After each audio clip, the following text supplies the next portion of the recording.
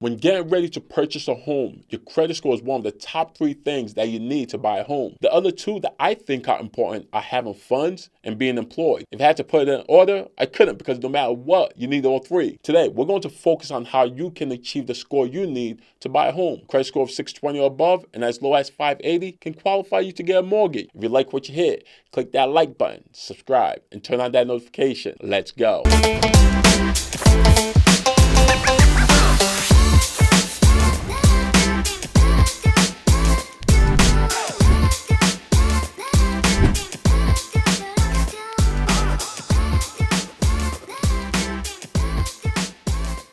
Most people have a hard time either increasing their score or establishing a credit score. To establish a score or go from bad to good, there are a few things you can do to make that happen. The 4 that comes to my mind and that's typically spoken about is 1. Become an authorized user. 2. Get a secured credit card. 3. Lift your credit limit. And 4.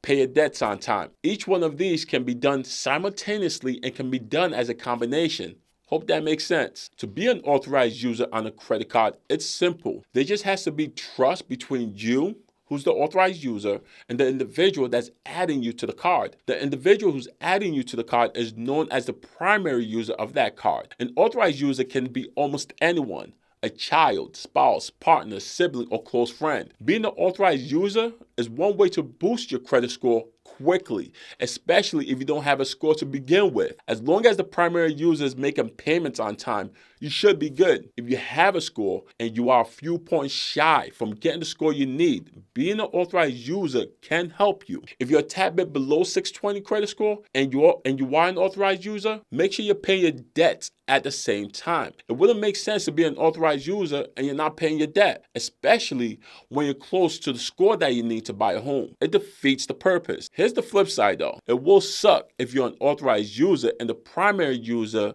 is not paying their credit card on time and is always late. That can have a negative impact on the score. If everything's going according to plan, you should see a change in score within 30 to 60 days. Here's an option to help increase your credit score. Open up a secured card. The way a secured card typically works is when you have to add money onto that card, also known as a security deposit. When you add the security deposit on a secured card, use that money as if it's a credit card. It sucks, right? Because it's technically your own money. I guess the best way to look at it is that the bank wants you to bet on yourself before they bet on you. As you're making payments on the secured card, those payments are being factored either as on-time payments or late payments on your credit report. Making payments on time on your secured credit card will help increase your credit score. As your credit score increases, credit card companies are taking notice and might consider offering you an actual credit card. When this happens, you're on your way to achieving good score. Another way to help increase your credit score is to increase your credit limit. To get an increase in credit, you can either request for it or your credit card company might have granted you one already. There are pros and cons to increasing your credit limit. So let's break them down real quick. The con of lifting your credit limit is that it can reduce your credit score, but in return, it allows you to make bigger purchases. Because you can make bigger purchases, it's a good thing. I guess that's a pro, right? But if you can't pay the credit card on time and manage it accordingly, it can drop your score further. Increasing your credit limit while trying to buy a home is not a good thing. It messes with your debt to income. If you're going to do something like this, do it way ahead of time before you even consider buying a home. The pro to this is that you're giving yourself enough time to make payments to help boost your credit score. The thing about handling credit cards is to keep your credit threshold to 30%. Basically, it's the 70-30 rule. Don't spend more than 30% on your credit card and pay it off at least 5 days before the due date. Paying debts on time is crucial to increasing your credit score to buy a home. I spoke about how adding yourself as an authorized user,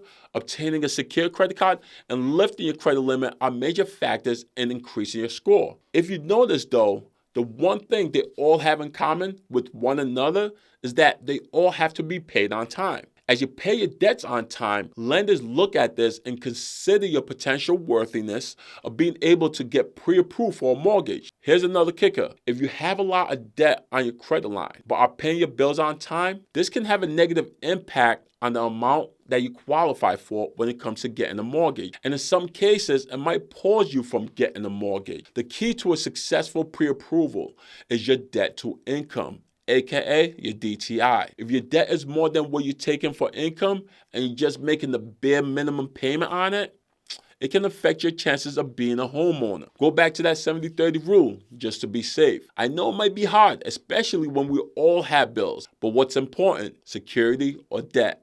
I'm Sadiq Davies. If you like what you hear, please click my profile name below and follow me for more real estate industry updates.